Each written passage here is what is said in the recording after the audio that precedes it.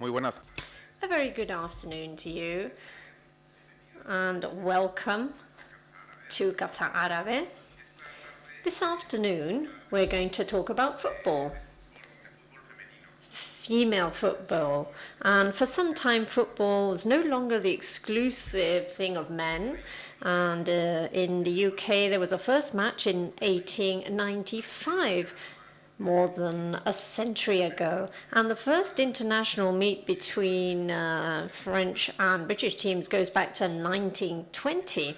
In 1984, the first European female football match was held with the national team from Sweden, and Sweden won because of penalties against the UK, but interest for female football has shot up in the last 2 decades. The recent World Cups in Canada in 2015 and in France in 2019, together with the Euro Cup in 2022, has been a huge success and has taken female football to new levels. And the year 2023 is close by, and there's the emotion for classifying for the World Cup in Australia and New Zealand. So Casa Árabe, with the support of La Liga and us and RTVE, is carrying out the football as a push for social change and also for the integration of people. And we are organizing within that framework this extremely interesting meeting with 3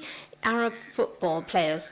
Nouf Faleh Al Anzi from the national team from the Emirates and the midfielder from the Club Deportivo Leganés, Yasmin Mrabet from the Las Planas Levante club from Morocco, and Honey Thaljieh, ex-captain of the Palestinian national team and responsible for corporate communication of the FIFA. So it's a huge pleasure to count on you here in Casa Árabe. Thank you ever so much too from the ambassadors from Palestine and the Army for being here with us. And of course, the act will be moderated by Lourdes García Campos, who is a presentator, host woman from RTVE.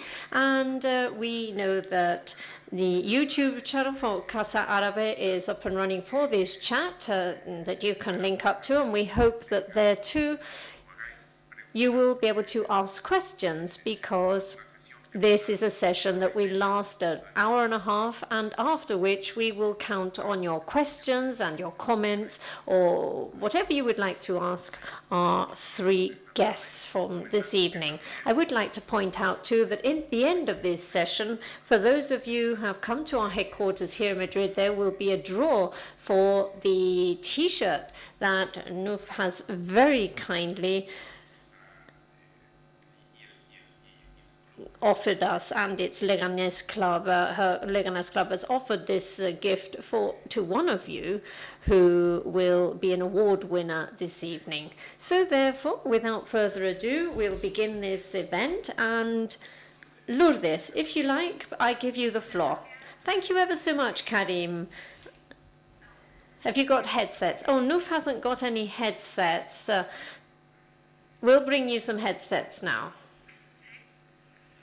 Okie doke, can you hear the English? This is the English channel. Testing, this is the English channel.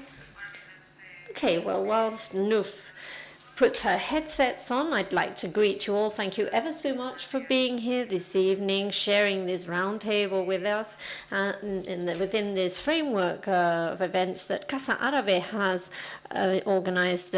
Football is a thing of girls, and it belongs to 3 female football players, Arab football players. Each come from a different country, each have different circumstances, but there is a common denominator between them, and that is that all of them play football. Yasmin, Honey, and Nouf, a very good afternoon to you, and thank you very much for being here with us. And the first thing I'd like to know is, why do you want to play football? When did you decide you wanted to be football players? Because I imagine that each of you have had a different reason.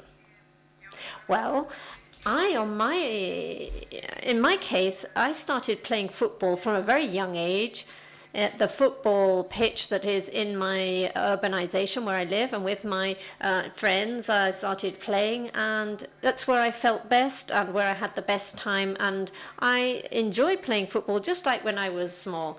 Yasmin was born in Spain, she in Madrid. Her mother is English and her father is Moroccan, so greetings to you too, just so that you understand that each player has been born in a different place. Honey. Good evening, everyone. It's definitely my pleasure to be here today with the amazing football players, and thanks to you and to the Al Arabi for organizing this event. وأهلا وسهلا بسعادة السفير وسعادة السفير كمان الدول العربية. It's how did I start and why I started? I started as Yasmin in a very young age, at 7, playing in the streets of Bethlehem. At that time, I started because I didn't have any other tool or toy to play with, because we grew up in a very difficult circumstances in Palestine, full of challenges, because of political, cultural, social, and we were also too many. We were 2 brothers and 2 sisters with my parents, so they couldn't afford to give us any other possibilities, just education. So education was the most important for them, just go to school and come back home, and that's it. And for me, I was coming always back from school and see the kids in the streets playing football. So I say, why I don't join to play football? So I started playing football with the boys. Of course, I had a lot of criticism from my parents, specifically my father, and everyone around, because football was not a common game for girls. But then why I wanted to continue in football, because it was my only tool for hope and for liberation, because growing up in a context full of challenges and a lot of difficulties, I thought football was the most tool for me to bring hope and to change the narrative and to tell a different narrative, a different story about Palestinian women, about Palestinian in general, that we love life and we want to live it abundantly. And for me, that's why when football started to become much than the game itself. So it started to become about identity, about liberation, about hope, opportunities, bringing people together, and also building up the self-esteem for girls and for women, and also a tool for equality between men and women. Nouf. Assalamu alaikum, everyone, first of all, and thank you to Casa Árabe for the invite, and it's a pleasure to be here among great football figures. And thank you for being here, everyone. So personally, why I pursued football, it was like my way of expressing myself. I've always played it whenever I had the free time, whenever I met with my family, my friends. It was just like where I felt the happiest. And then I knew this is something I wanted to do till the rest of my life. And I think it's not just a sport or a game, but it's a way of living, and it opened a lot of opportunities and doors for myself. I think it prepared me well for the world, and it helped me excel in different areas like work, school, university. I think football is not just a sport, it's like it helped me a lot. El fútbol trasciende a lo puramente o a lo meramente. Football goes way above just the sporting field. As you said, it is part of her life, and in the case of Honey, it was her escape valve, living in an occupied country with conflict, with war, and what was going on in the streets. For her, therefore, it was that halo of hope and an escape valve from frustration and anger. And now we have a World Cup coming up, which will be starting within a month in Qatar. The first time this will be organized in an Arab country, and it's an opportunity for the Arab world, but also for us to discover and get to know a little more about its culture, its people, and its history. What do you think it will contribute, this World Cup? Well, I believe that Qatar has the opportunity to organize a very good World Cup and to organize a good football party, and to open up the doors so that people can go and get to know a little more about a new culture, so that they don't judge without knowing it. And also, I'm a football fan, so I'm looking forward to seeing that World Cup and to enjoying that World Cup in Qatar. For me, as an Arab, definitely it's a great honor to have the World Cup in the Middle East, and not only because I work for FIFA, it's just also, this is historical, the first ever World Cup. It's going to be in the Middle East and in Qatar, in Doha. So I think, as Yasmin said, it will change the stereotypes and it will give a different perspective about our hospitality as Arabs hosting the whole world in one place. And what's interesting about it, it's that the whole world will be in one city. So you can watch all the games in one day, and you can meet the whole world and shake hands with the whole world in one day as well. So it gives a lot of opportunity, change perceptions. It gives also hope for the countries that will participate as well, and it's just the game that everyone watched. So we are expecting 4 billion viewers from all around the world. So it's going to be a fantastic event, and it's around Christmas time, so with the Christmas decoration. So I think it's a great honor for a country such as Qatar in the Arabic region and the Gulf region to host such an event. I think it's the biggest event in the world. It's time to not just prove to the world but to ourselves that we're capable of hosting such events and show to the world that we're like a region of hospitality and generosity, and to change perspectives, as Honey said, that we are a country that provides a lot of opportunities, a lot of positive things, and we'll inshallah prove that in the coming World Cup.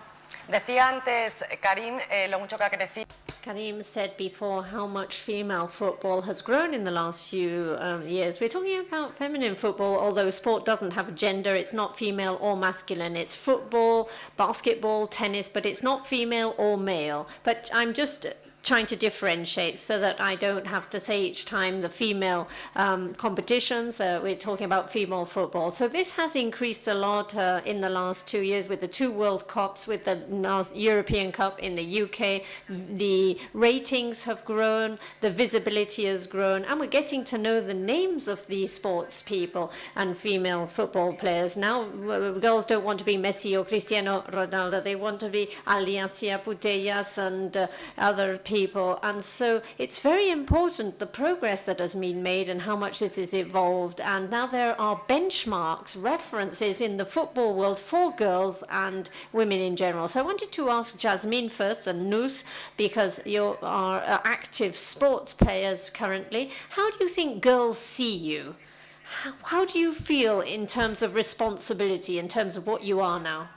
Well, now I still play to enjoy football because this is what I enjoy doing, and now I know 100% that I feel a responsibility towards the girls, because in the same way as I've had references from other football players, now I'm a reference and a benchmark for other girls that are coming behind me, so I feel a huge responsibility towards them. And recently, this year, I've managed the league to become professional, but equally we continue to struggle on a daily basis to get the same conditions, professional conditions, and at the end of the day, I think that girls nowadays have the opportunity to come and see us at matches.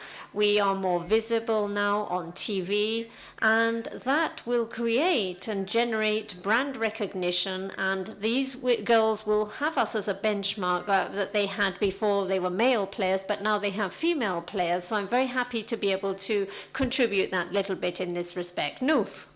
So I agree with what Yasmin has mentioned. Like previously, you would say that the women's football wasn't really out there, but with time, it has progressed a lot recently.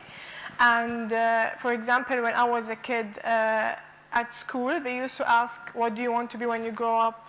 So people were saying doctors, engineers. I always knew that I wanted to be a football player. So once I said that, like the teachers' feedback would differentiate. Some would be like, okay, you should be realistic and choose a realistic profession. Yeah, I'm like, no, this is what I want to be. So right now, I think we don't only represent ourselves, but then it's women's football. And it's showing people that you could reach that goal. If you want something, you could reach there. And it's our responsibility to show and like our brand image and to show how a woman football figure represents, and then just motivate other girls and inspire them that football would take you to places that you wouldn't ever imagine. Hablaba Yasmin de ese convenio colectivo. Yasmin was talking about that bargaining agreement that was signed with Iberdrola in the world of Spanish football, and how important it is, and the things, how it will open things up for other women in other sports, and the importance of what football is as a sport as it reaches out to all corners of the world. And they are all benchmarks. But Honey, now that you work in offices, how necessary is it for there to be women in management positions? You know, more trainers, more sports managers, more presidents? I think now it's the time. We are in the 21st century, and it's unfortunate that we still are talking about if women should be in the leadership positions or not.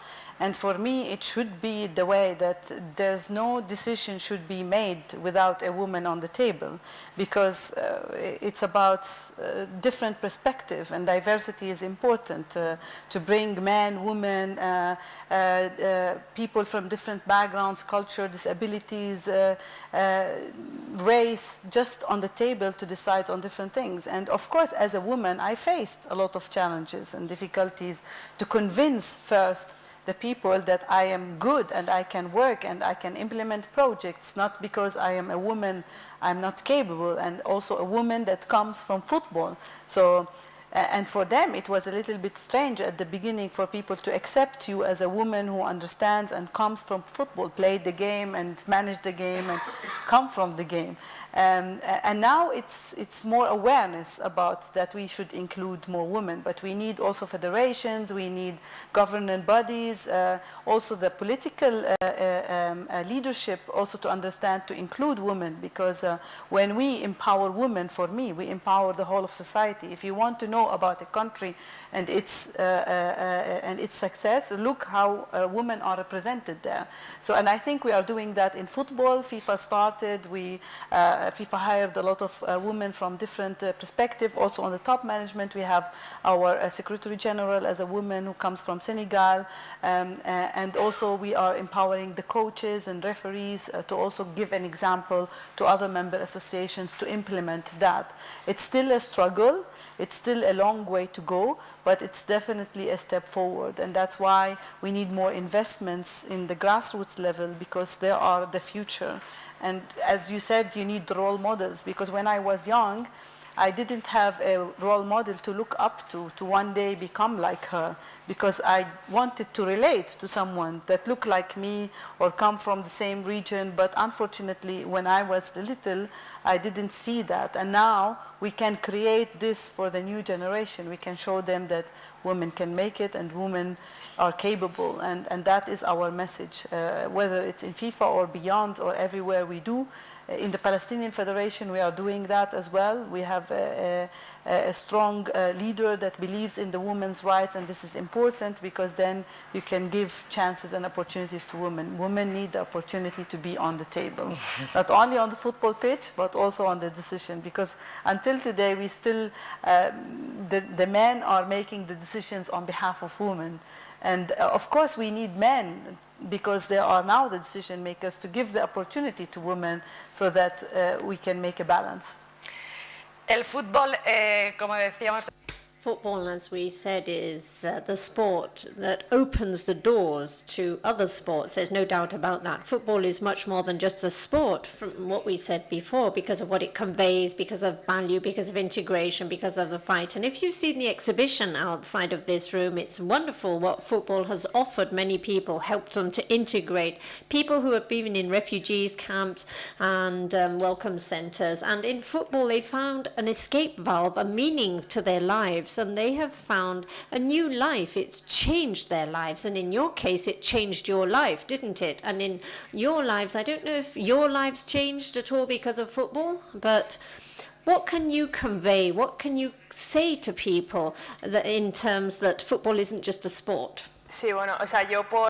Well, based on my personal experience in the African World Cup, it's clear that football and what happened at the competition in Africa was very important when it came to, well, because of the repercussion it had in the social level in Morocco. And in the end, I think that all the support we got from everybody ensured that we were able to get to where we got. And then on the streets, it wasn't just that the girls from the football had done a good job. No, it meant women could do it. There were no barriers anymore. Women could get that support. If the matches are broadcast, then people do come and watch the football and go to the stadium. And I think it's very important to say that. So it's not just football. At the end of the day, it has a huge effect in the social field. Well, Yasmin, in fact, shot that goal that classified Morocco for that first World Cup that Morocco will enjoy against Botswana. And before Honey came here, the first thing she did was congratulate her because it had been an extraordinary moment. And professionally, this was probably the best moment in your life. Clearly, yes, it's a goal that you really dream of getting, and I had the opportunity to do that shot and get that goal, and thanks to the support of everybody, and I can't even describe the moment. Well, it's like Yasmin says, if matches are broadcast, people watch them, and then people then go to the stadiums, and so clearly what one doesn't see doesn't exist, and so therefore that is the case. Honey, you were saying when I said it changed your life, it did really change your life, didn't it? Absolutely changed my life. I always say I started in the streets of Bethlehem to the world stages of FIFA and beyond, because I started from nothing. Everything around me was impossible. Everyone thought that it is impossible to play football or to do something with football. Even my girlfriends at school and at university, they made fun of me. They said, follow the ball, it will not take you anywhere. And then now they say, you followed the ball and now we see, you know.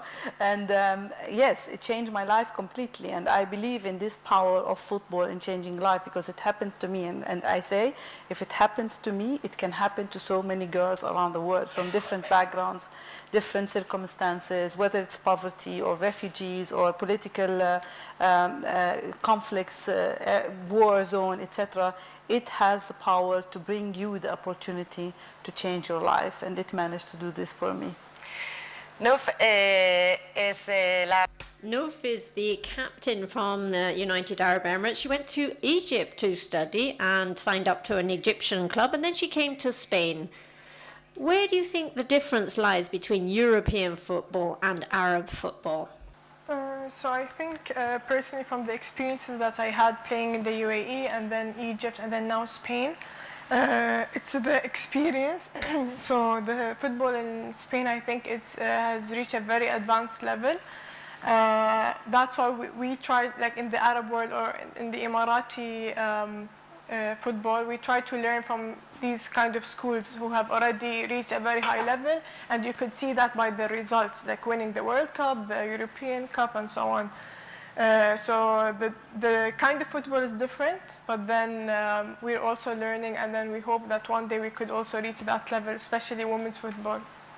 Vosotras tres habéis You three have challenged a hostile world for women that football is, and in your case even more hostile because you're from Arab countries. So what do you think when you see, for example, that there are women who can't enter to see a football match, much less to play it, just to go and see a match, they're unable to? What do you think?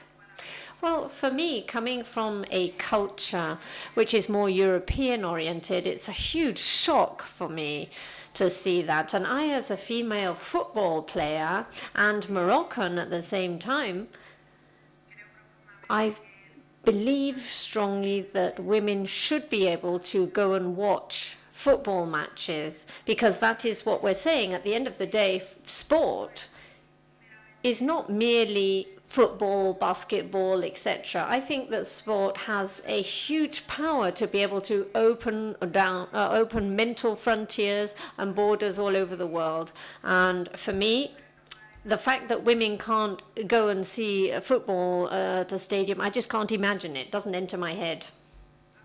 I think it's unfortunate, and it's a little bit of shame as well to not allow women to go in the stadium and watch football matches, because as I always say, I believe that women has the right to do everything that men has the right to do. So, and I believe in that, and that's always my message. We need equality among our societies, and this is the basic right we are talking about, and we are in 2022, so it's harsh. So I would really encourage governments, leadership, politicians, to give the opportunity to women to be able to play football, not only to watch in the stadiums, but also to be part, because she's half of the population. I mean, we're talking about how many women around the world, 4.5 billion, we are half the population. So if you not stop half of the population from the basic rights, this is really unfortunate. So I think we need to increase a lot of awareness, we need pressure, we need also the media to pressure human rights organizations to talk about it, because this is really important, that women should have the basic rights to also go to the stadium and play football and watch the games. So I agree with what Yasmin and Honey mentioned. So back in my country, I think we're blessed and fortunate to see women are empowered. So we've never experienced such thing. But when we hear that on the news, it's like this is like a basic human right. They're just going to enjoy to watch football. I think every human being deserves that. It's not a matter of women and men. We're not comparing them both, because I think together they're stronger. So as Honey mentioned, I think we should just raise awareness that this is something that should be normalized, women watching football or playing football, and then just having those role models spreading those awareness. In the case of Yasmin, who was born in Spain and had the support of her parents, that's important, obviously, when you decide to take on this challenge and to play football. It's a world, or was a world, of men, and so it's important to feel that you have the backing of parents and to feel respected and loved by your family, and for them to support you. Absolutely. I have been fortunate never to have had a problem in that respect. And thanks to them, I've been able to get to where I am now. They used to take me to training sessions every day. And so therefore, I'm very much aware of the fact that I was very fortunate in that respect. And now I have the responsibility to be able to open the way forward to other girls and to attempt to show that we can do it. We can do it because we have the level to do it, and because we want to enjoy football just like anyone might. And what was the main handicap or problem to become a football player? Well, the main problem is what we continue to face up today, and that is that there are still many barriers for female football. We saw that the first collective bargaining agreement was signed, but it was just minimum levels, and the professional league has been done, and there's a lot of press about this, but there are still day-to-day problems, many problems, and it takes a long time to solve those problems. And every time female football appears in the media, it's because there has been a success at last, and we may have a historic record in ratings. But what happens on a weekly basis is that the girls are on strike, etc. No, it's because they are real minimum levels, and we really have to fight constantly to get those minimum levels, because a great deal is being invested in this, but things move very slowly, and we have to fight hard for very basic things. Whereas in male sports, all right, the fights took place 60, 70 years ago now, but we should have learnt enough from then, and things shouldn't move as slowly as they are moving. So for me, the main obstacle is that things move far too slowly, and you take one step forward, but then there's another glass ceiling, and then you take another step forward, and there's another glass ceiling. So it makes it very difficult. Honey, you're nodding your head all the time, as if you're in agreement with what Yasmin is saying. In your case, in addition, we're talking about even more years back in time. So where do we have to do more work? Despite the fact we all have to do something and contribute to football, grassroots, and to female football, from the media, from the federations, from the governments. It's important that we need to invest more in women's football and to believe that it is a good product for revenues. The moment we all believe in that, as associations, leagues, federations, governing bodies, then the change will happen. Because you need to invest. The men's football is so popular and it's so much watched and so much revenues because it's invested a lot of money. We need more broadcasters to show the women's games, show every single match of the girls playing football, like the men's leagues, for example. And when we start broadcasting more and investing more and bringing the awareness for more ticket sales, for people to come and watch the girls playing football, then there would be a return, and the return will be back into football, and then it will develop on a higher level for women's football to be at the same level as men. And this needs awareness, these investments, this needs leadership, and also decision makers to say, okay, now I want to invest in women's football. I mean, we take the United States women's team as an example. They won 4 World Cups where the men's team, they didn't manage even to go to the final. So, so if we invest in women's football, it could have more achievements for us probably than men. And that's what we need. We need those leaders, whether in federations, in leagues, to open their mind to invest in women's football, because it will definitely bring a great revenue out of it. And if we think about it as a brand, as a product, then the change will come. We should stop thinking about it that it's for girls or for women or for men. No, just think that it is a product. It will get revenues to your club, to your federation, to your country, and in the end, it will empower the whole of society. Nouf.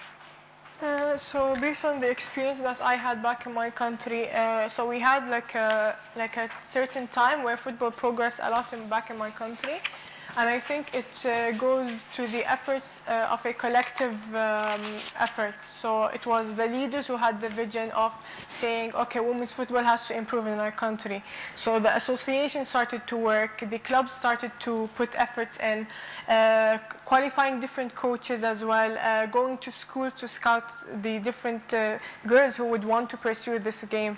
So I think it's a collective effort. A lot of hands have to be brought together to have a great output. Bueno, pues voy a dejar...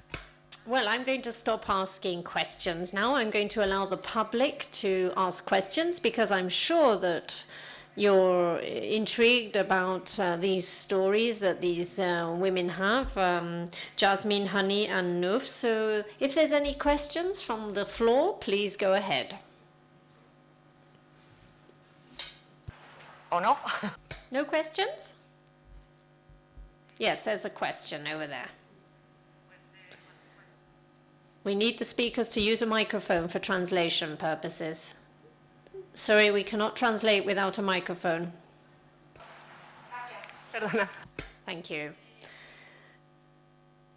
So I'm so pleased to hear this presentation. I'd like to thank you very much for being here and speaking on behalf of female football, these 3 representatives. But in particular, I'd like you to tell us what the difficulties are that you've had. Go into more details about the challenges you've had to overcome, each of you in all of your contexts, because you have given an outline of what those challenges are, but I'm sure it's been a lot more difficult than what you're suggesting here. So I would be very grateful if you could let us know what those real obstacles have been, because you're an example for the generations of girls girls who will see you as role models to help them express themselves and feel free and logically in this society, and being able to practice what they love the most, sport, football, and everything it entails. So I really admire you,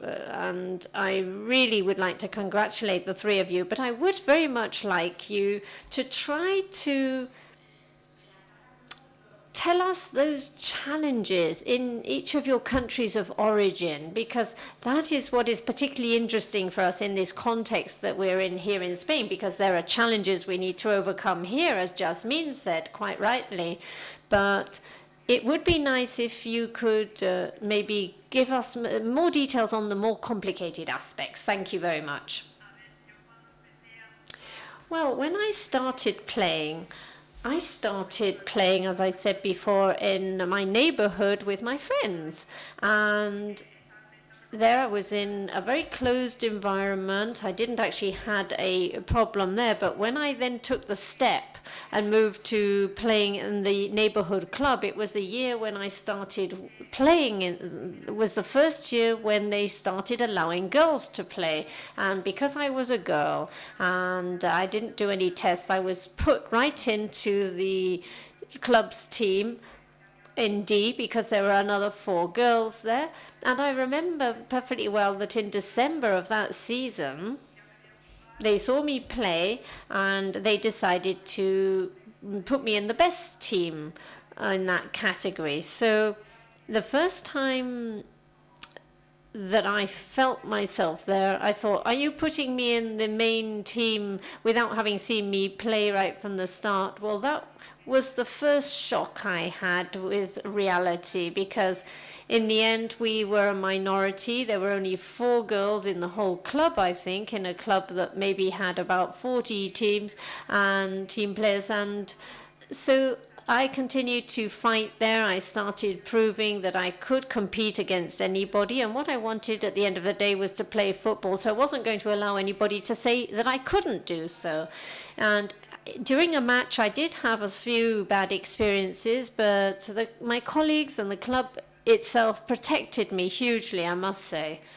And that really has been my main challenges that I came across. And then when I was playing at school, there were typical comments that I was a bit boyish and a lesbian and a tomboy, all those comments I had. But at the end of the day, I wanted to play football, and I was fortunate to have a strong character, very strong character. I wouldn't allow anybody to bully me. And so I think that thanks to that, I have got to where I am today. And now I have an objective, and I have the responsibility to ensure that those girls that are coming behind me will have it as easy as possible, as easy as I can make it for them, so that they have a role model, and they too need to realize that they can achieve it if they want to, and they should fight to get to the highest levels possible. Yeah, I mean, on top of all what Yasmin said, my challenges also were really like endless and very difficult, because not only about the bullying as a girl playing football in a context where football was known only for boys, but also the political situation. So I grew up surrounded by walls, checkpoints. I grew up in a war zone that a lot of fear, insecurity, injustice. We were basically trying to survive, just to be alive for the other day, not to play football. Football was something like, it's not even, it's a luxury, exactly. So it was not even in the mind. So it was basically how to eat, how we secure, how we have electricity, how we have water, how we have everything. So this was the most main challenge. And then of course, playing football as a girl, it's also added a lot, because not only the political barriers, but the social and the cultural. So to accept a girl playing football, I started with my dad, who said no. And the society, everyone criticism, everyone is bullying, your daughter should not be in the streets, should not play football, this is for boys, not for girls. She just should stay home and help her mom, and in the future they will marry, blah, blah, blah, and all this cultural kind of pressure on what girls should do and what boys should do. And for me was always this argument with my dad, because I had also two brothers and they were allowed to go to play football. And I say, if you can stop them from going to the street, if you cannot stop them, why you stop me? And he never had a good answer for me, never. And for that, I never took a no for an answer. So I would always go regardless of the challenges and the punishments and the criticism. And of course, growing up in a context where there are no football pitches, right?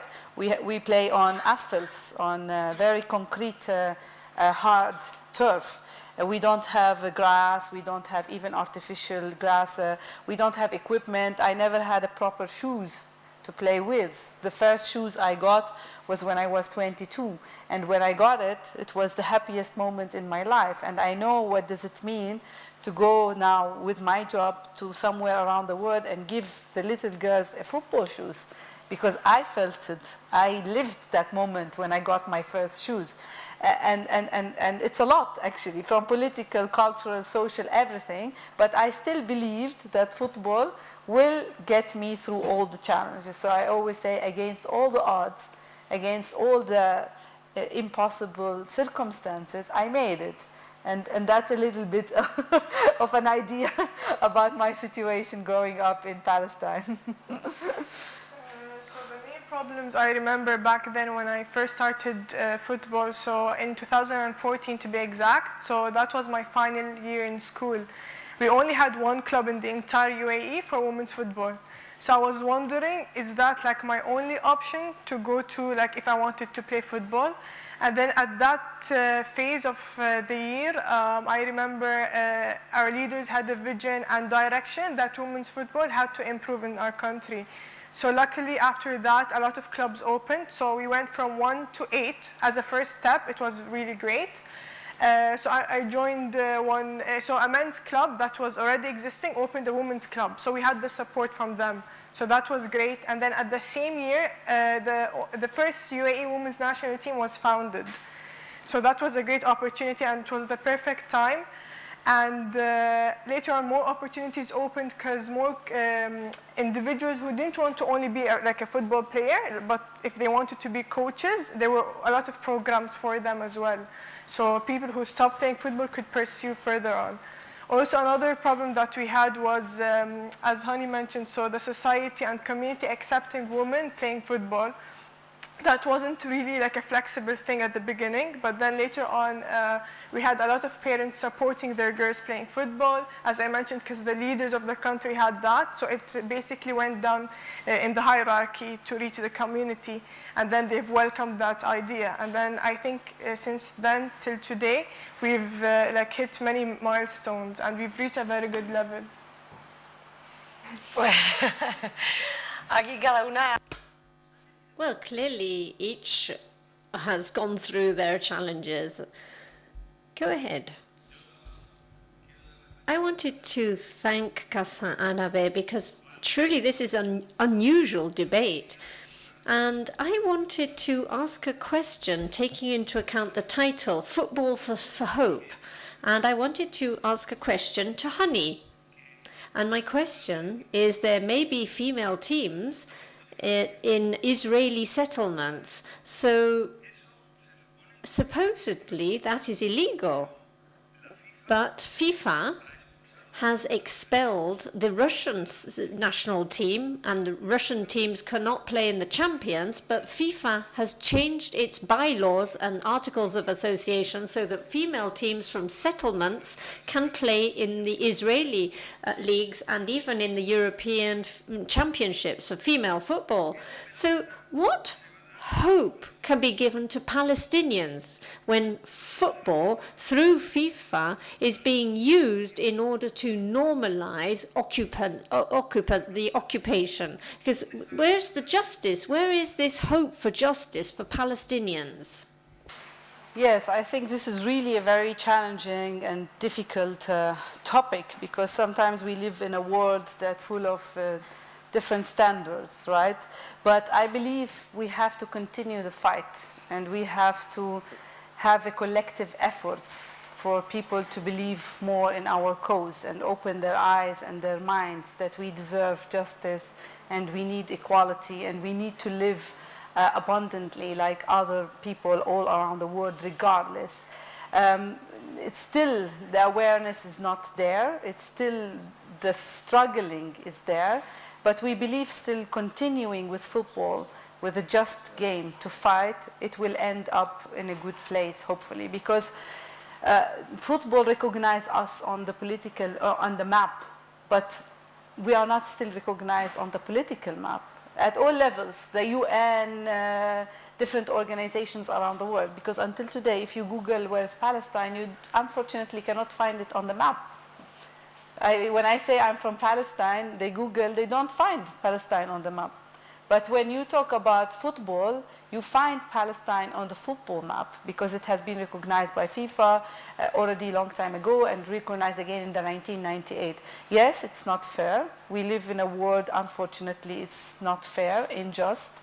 And that's why I am here, and what's that I work internationally to increase this awareness for our fairness and fair cause, that we need justice and we need to fight for it, and we push to get this regardless of different regimes, different systems. And that's why I keep going on with my message, with my hope, with my belief in fair play in football, that one day this will all be equal, I hope.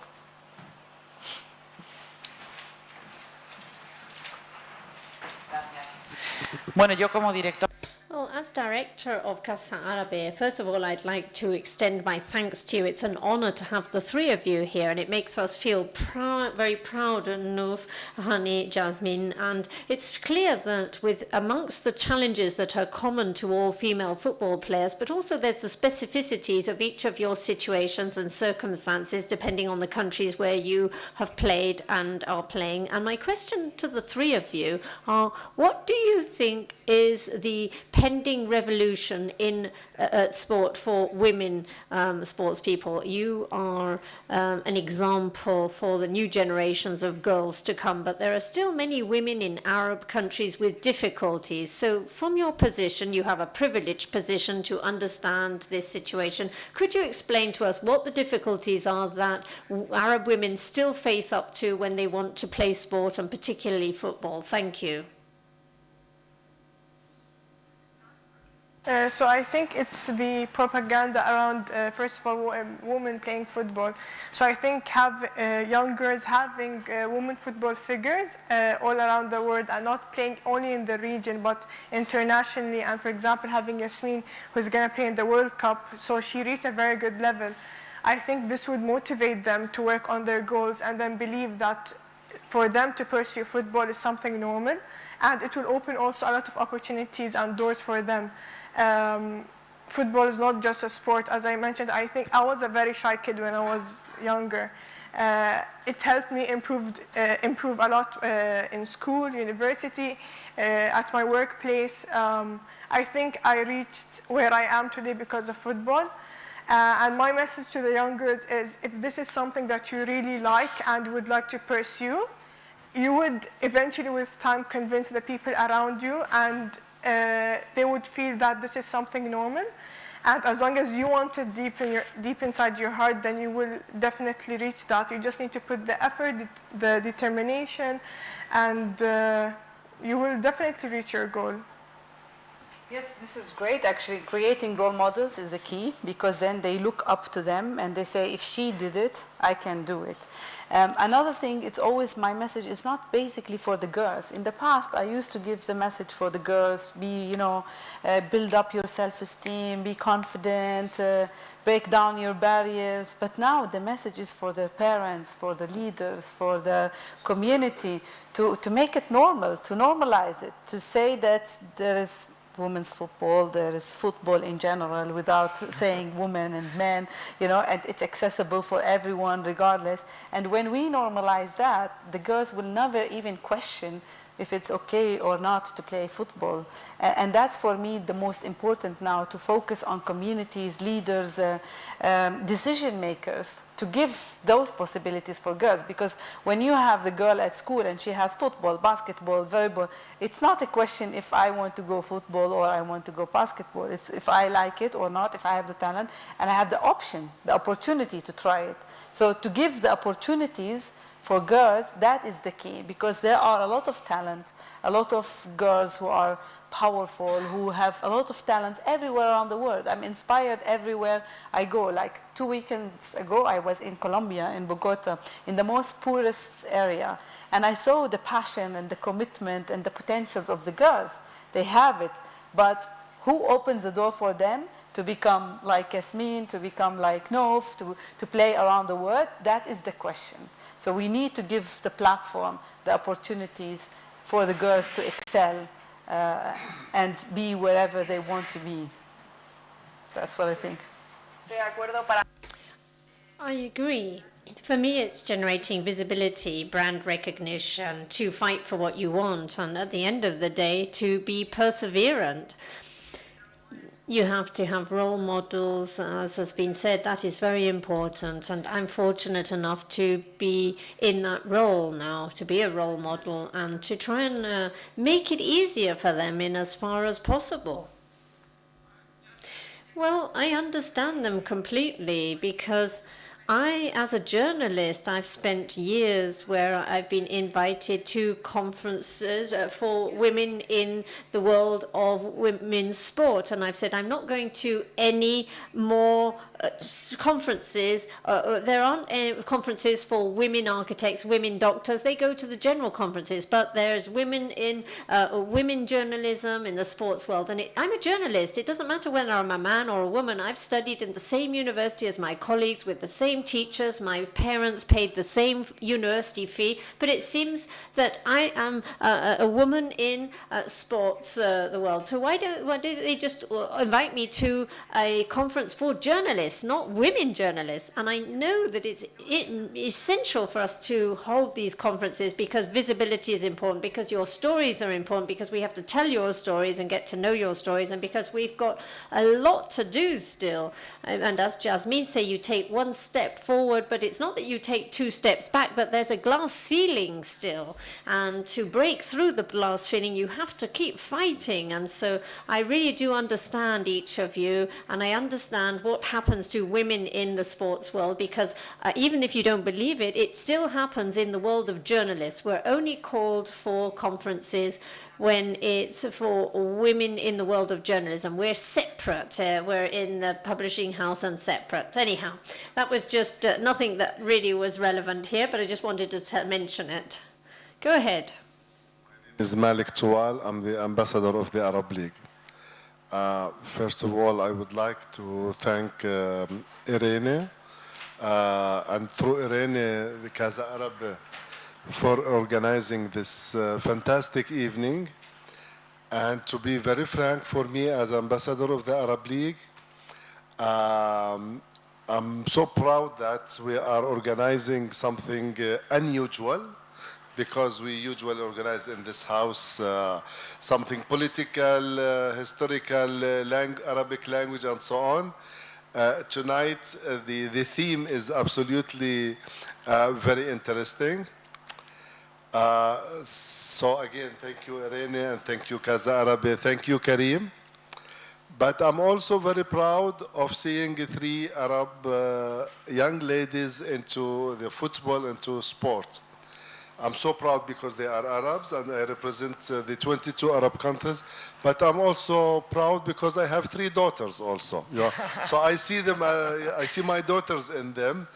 And by the way, I have a daughter called Yasmin, and she's a footballer. So I will tell you how I was giving her hard time. Yeah. So I am a liberal man, so I had no problem that she plays football, and I wanted her to become a football player. But I was always worried for her study. So, and she was dedicating too much time for training and for playing. So I was always fighting with her. Yasmin, when you are going to do your homeworks? And she told me, if I don't play, I will not be able to do my homeworks. So, and I agree with her. Yeah? I agree with her. Exactly. And by the way, last month she finished her master's degree. And it happened that on her graduation day, she had a match. And she told us, Dad, I will go to play and I will not attend my graduation. Huh? I know she's obsessed with football, but she went to play football and she did not attend the graduation. I want to say something very important because a few years back I was working as a politician in political empowerment of women in Jordan. And we were trying to break taboos because it's difficult to, in a conservative society, to convince people to vote for a woman, and even to convince women to vote for women. Yeah, because in previous elections, 98% of women did not vote for women candidates. So there were resistance, there were taboos that we had to break. And I remember I was working with the Jordanian Football Federation that they have to focus on women football and on young Jordanian girls playing basketball. Yeah, the Jordanian basketball team. Yeah. So if they see girls playing playing football, yeah, already breaking a taboo. So why not to see Nouf or Honey or Yasmin as an MP in the parliament, or as a senator, or as a minister, yeah? And bit by bit, I saw over 10 years, yeah, that the number of women in parliament has doubled and then tripled. We moved from one woman minister in the government, we have 4. So I think it's not due to football, but football has broken a very important taboo because we're not used to see a girl playing football, not even in front of her house, but to see now she is playing with the national team, she is traveling, and I was watching your intervention and your personal experiences, and brought me back to the title of this evening, that the Casa Árabe was very successful in making the link between football and hope, football and esperanza. So I really, we are sending the right message. And again, thank you very much and congratulations for a successful session. Thank you. All the best for all of you. Thank you very much. Nos llegan también. Well, we have received some questions. Oh, sorry. No, I don't mind at all, because my question is in writing here, and you're a person, so you certainly have priority. Assalamu alaikum, and thank you very much to all the speakers and Casa Árabe for organizing this event. And I'm going to make things a little bit more difficult for me, but easier for the speakers. I'm going to speak in English. I can relate very much to all of you in different levels. I'm half Moroccan, half Spanish, and I play futsal since I was a kid. I can relate to an extent. Soccer, to me, has always been seen not as the unreachable, but easier to reach. It has also been difficult as a woman. I didn't play professionally. I took it more professionally in other fields, actually in the Middle East. But I'm first of all very thankful for sharing your stories. I think it's very important. It's very important to see how in Morocco, in Spain, different than how it was to get out of Palestine and try to, get somewhere, play soccer, just realize that hope that you had. And same for you in the Emirates. I had the chance to be in the three countries, and I could see the differences in this regard. I wanted to build up on probably many things that have been said here before. No sé tu nombre, lo siento. Santi mentioned and posed a very difficult question, right, which I'm not going to touch up on directly, but he said that how is it that then women's soccer is being used to advance strategic interests and so on, right? So I just wanted to, on the basis of my work, I decided to focus on humanitarian law and then work in child protection, and this took me to Lebanon, to Ukraine, to Palestine, and so on. And I wanted to emphasize another way in which soccer is being used and football is being used, and it's more in the sense of first peace building and mediation. I remember as when football was involved, for example, in northern Lebanon by the Syrian border, and peace building talks at the community level, it was so much easier for people to reach each other, to be understanding, and to build empathy after a soccer game. Call it endorphins, or call it just, we are all the same in the pitch, right? So I wanted to point this out. And then second, especially in touching now more up on women, it was only men who would play football. It would not be natural that in the refugee camps, informal settlements, girls could play. So similar to you, Honey, I started bringing some shoes and asking for, the weekends actually in the camps to be able to just create my little own team, right, that I could lead. And I realized how football was important more than for in a psychosocial level as a sense of belonging to so many girls that are stateless. They cannot say, I'm from Palestine in a sense, or I'm from Spain, or I, can play in Morocco or in the Emirates, right? They just do not belong. They were born in a country that does not recognize them as nationals, similar to, where their parents were from, war-prone country. So I think that I just wanted to say thank you and for sharing your stories and how important it is to both work from the top bottom, but as well from the bottom up. So as you might have way more influence than I do have because of social media and how now it's becoming more and more mainstream. Honey, you also mentioned that it's very important that human rights organizations touch more up on this. Believe me, organizations are more and more looking for you and looking for your support. Me personally, I've been writing individually to, soccer players to bring their voices. Very difficult. So just thank you and keep on doing what you're doing. Y gracias por organizar. And thank you for organizing this event. Claro que sí, un aplauso. Absolutely, let's have a round of applause. Pues ahora sí. Well, I'm going to ask you the question now that we've got here. It's from Kula Trank, and the question is, how do you see women's football in the context of empowerment, in particularly where there's a Muslim majority in those countries? El empoderamiento de la... The empowerment of women.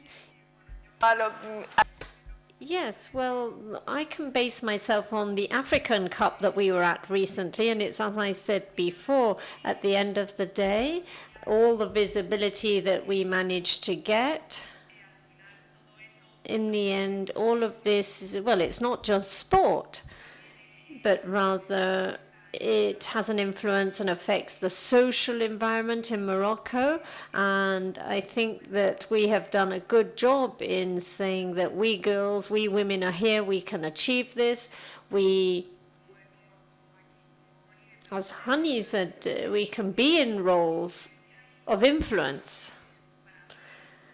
And so everything that involves sport and competing and to be able to reach these top positions and management positions, for me, that is what empowerment of women is all about. Microphone, please.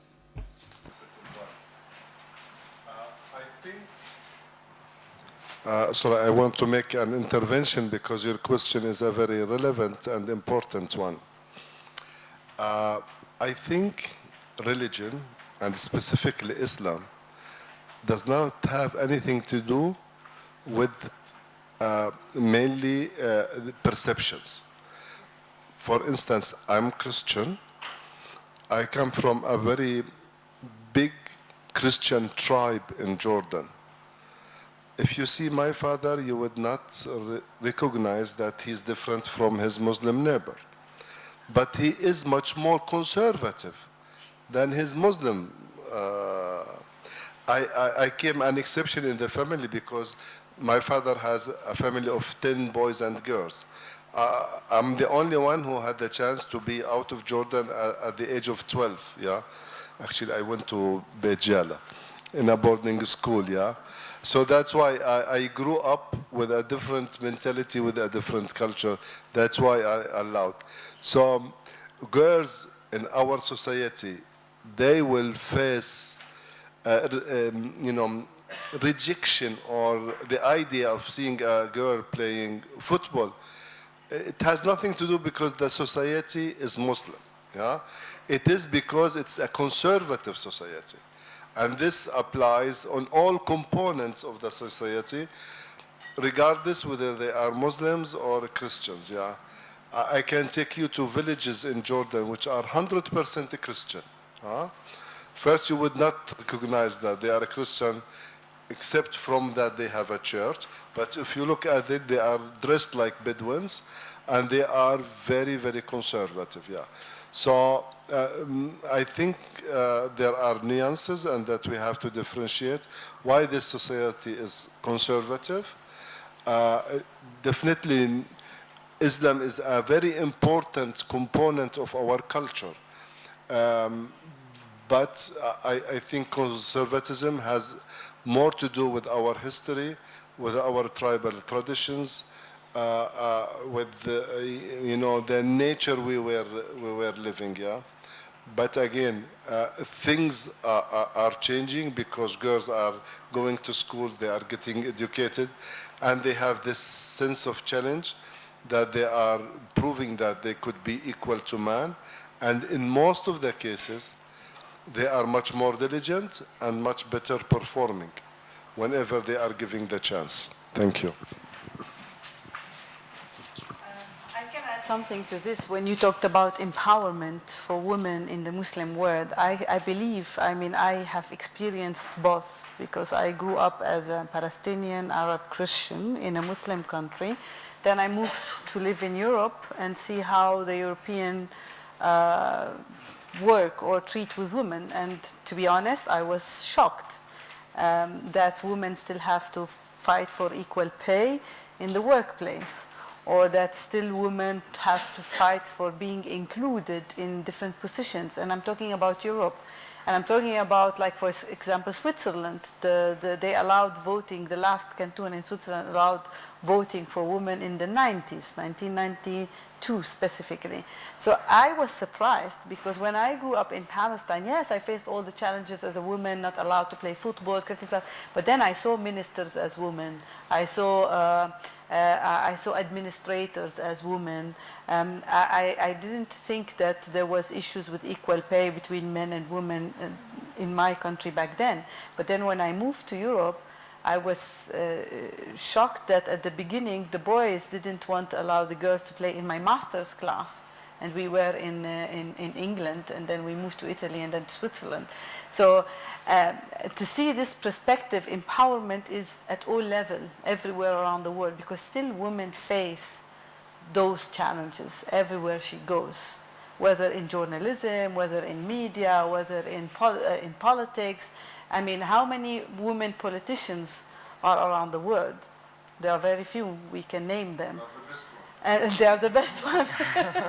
So this has to change at all levels, and from Europe to beyond. And living in Europe gave me this opportunity to see that there are still a huge struggle for women in Europe, and also in women's football in Europe, equal pay in the United States and everywhere. So.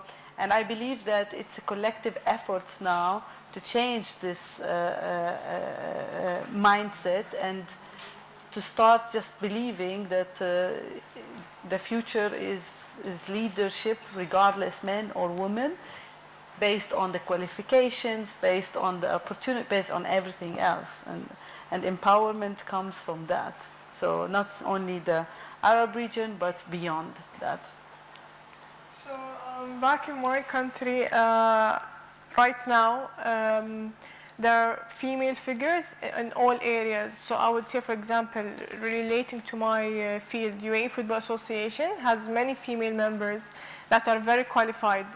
We have ministers who are women. A lot of strong figures who work with our leaders are women. So in general, I don't think we should compare men or women. It's just like who's qualified enough to be in that role. And I don't think that there's I get to see a lot on media about like how women should be empowered more and countries who are less fortunate. I think we shouldn't just say, oh, because she's a woman, we shouldn't consider her or we shouldn't consider her opinion. It's about who's being qualified enough for the role. Bueno, pues espero que... Well, I hope that the answer has clarified things for Kuro, and he greets Jasmine. She says she's a big fan, so greetings to you. Anyhow, our time is up, so the three of you play or have played for the national teams, not only for a club, but in your national teams in Palestine, United Arab Emirates and Morocco. And we've lost a very good footballer for Spain, but Morocco has gained one, just as Casa Árabe has got a wonderful director defending, it would be a wonderful Secretary of State for Sport, but that is life. Life is like that. And what does it mean for the three of you representing your country? For the national team? Well, for me personally, it makes me feel very proud to be fortunate to be able to represent Morocco. And so, yes, I feel extremely happy to be there. And also you have the target, the objective of the World Cup. Best of luck. It's normal. For me, it's just the moment when you play the national team. It's just full of pride, full of emotions, full of, for me as a Palestinian as well, the cause that I have and the fight that we have to fight, but also for me to watch the games and the moment that the national team is played for any country in the world, it's very emotional. So it's always pride, it's always proud, it's always an honor. No. So I think it's the greatest pride that any player could reach for and the best moment in anyone's career. So I think the three of us representing our countries is something that's very, like you cannot describe, and a very happy moment, and hopefully we can represent them always in the best way possible. Muchísimas gracias. Well, thank you very much to the three of you. I think that this has been a wonderful chat and roundtable. We've got to know a lot about the three of you, and there's a lot of hope and football ahead of us with your sport, and hopefully you'll be a role model and a benchmark, and a lot has been done, and hopefully things will continue to move forward, even if it is slowly. So thank you very much. Best of luck. But before we end, yes, let's have a round of applause, of course. And thank you very much to Casa Árabe. And thank you, Irene, because what we said before about the chats of journalists in the sporting world, well, they said, you know, when these conferences are no longer done will be the day when we will have reached the place where we have to be and where we no longer differentiate between male and female sport. But at the moment, we should enjoy this and learn from these occasions. Microphone, please. Microphone. Por supuesto. No. Yo lo he dicho antes. Absolutely. I said before that, you know, I was meaning in the sense of the barriers that need to be overcome, the problems, and, you know, that we're always having to prove a little bit more than men do. And that's what I was meaning. But yes, I know that it has nothing to do with this. Anyhow, the time has come for the draw. So, Karim, the floor is yours. Well, thank you ever so much, Lourdes. So you have been quite brilliant, and thank you, of course, to our three football guests. And it's not by chance that we are representing Maghreb, the Sharqiya, and the Gulf area. So it's really a great honor to have these three players with us. So Nouf is going to sign the T-shirt. like to ask you, Honey, a question, because I went to La Liga today to get one of the footballs that you signed, and the cab driver was very surprised to know that there was actually female football players in the Arab world. And the first question he asked is, how many leagues? Is there a league in every Arab country? So I said, I'm not sure. I know of a few. I know that Jordan has one. I know that Morocco has one. But maybe you can help us answer that question from a cab driver in Madrid. Actually, it started to be more popular in the Arab world. Yes, Jordan is one of the pioneers in the women's football leagues. Of course, Morocco, we have North Africa, Algeria is good, Egypt is very advanced, UAE, Lebanon, Syria, Oman, they also started, Kuwait, they have, and there are more and more. So yes, there are women's leagues, and it's coming even more and more popular and more recognized. Thank you. Bueno, muy bien, pues ahora... Well, Miriam, let's go for it.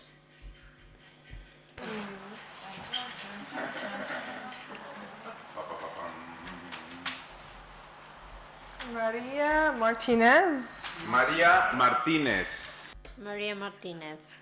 Oh, wonderful.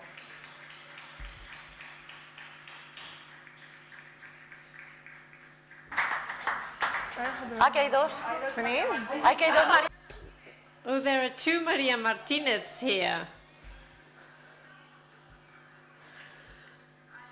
Oh dear. Oh dear, we don't have a possibility of solving this dispute.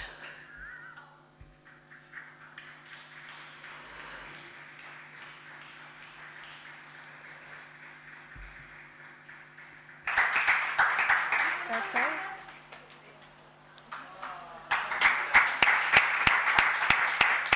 Thank you, congratulations. Thank you.